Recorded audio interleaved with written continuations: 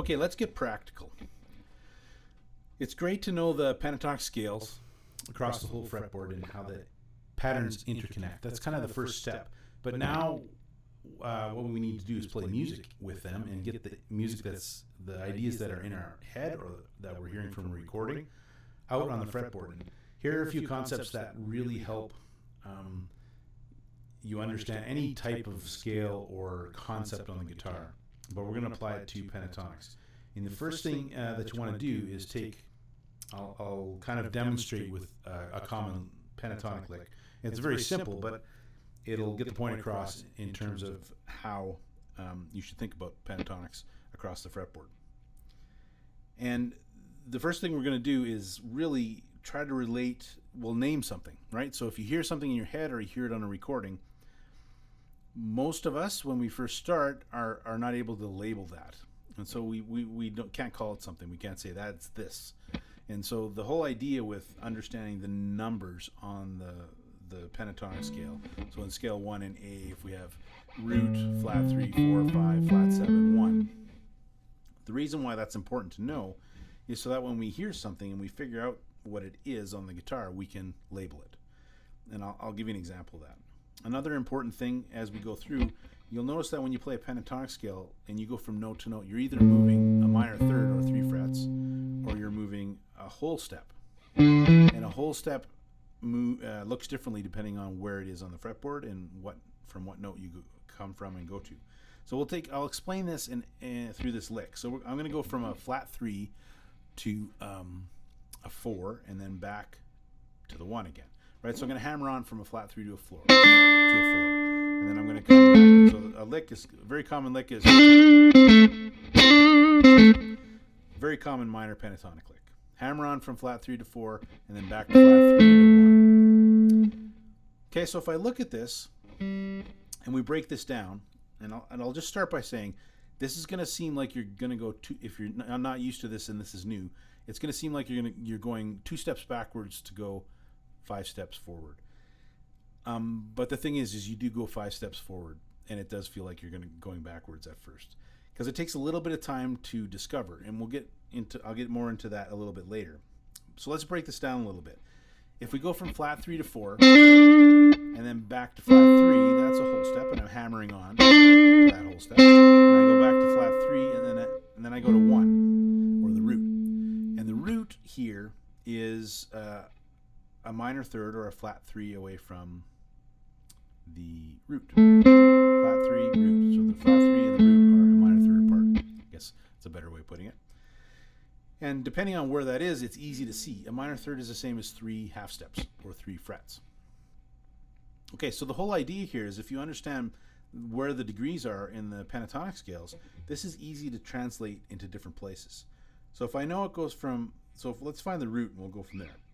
So here we have a root in scale 5, and if I wanted to go flat 3 to 4, I'm going to go like this and back down to 1. Now you'll notice that the whole step doesn't really look like a whole step. It's going from this note, which is a C, to a D, flat 3, 4, and the key of A minor, and then it's going back to the A, and so that minor third there is easy to see, the 3 frets, 3 semitones, if it's on the same string. But as soon as we go to a different string, the shapes don't make as much sense. So this is what I want you to discover. When you go to a different string, that's still a whole step. You can't hammer onto it. So you might want to do something like that. That took me a while to get. Right? Or you could go. So there's a lot of different ways you can do that. But to realize that this is the same exact thing as, and to discover that and to make those connections is super important. Now that's just one. If I go up to here, the root is, if I was in the key of A minor and I go to scale 2, and I start off there and I'm going, so it's very similar. Because here's the root and then flat 3, 4, right? So I'm going to go from flat 3 to 4, that's a whole step, and then back down from flat 3 to 1, which is the minor third. Excuse me. So if I go down to this root, I'm going to have, so we're on an octave lower now, but I'm going flat 3, same thing, very similar to this. Actually exactly the same, just an octave lower. Right now if I do this, that's very similar to, and, right? So that's the part that is important to discover. Take the ideas that you have or the licks you love and start to discover where they fall in each pattern of the pentatonic scale. And that's really all there is to it. Most guitar players, even if they get really good at playing licks and learning licks on the pentatonic scale, a lot of them miss the gains that they can have by learning the fretboard in this way and learning the scale in this way. It just means everything you hear, you can, if you don't hear what it is right away, you figure out what the lick is, and then you can call it something. So next time you hear it, you know where it is on your fretboard.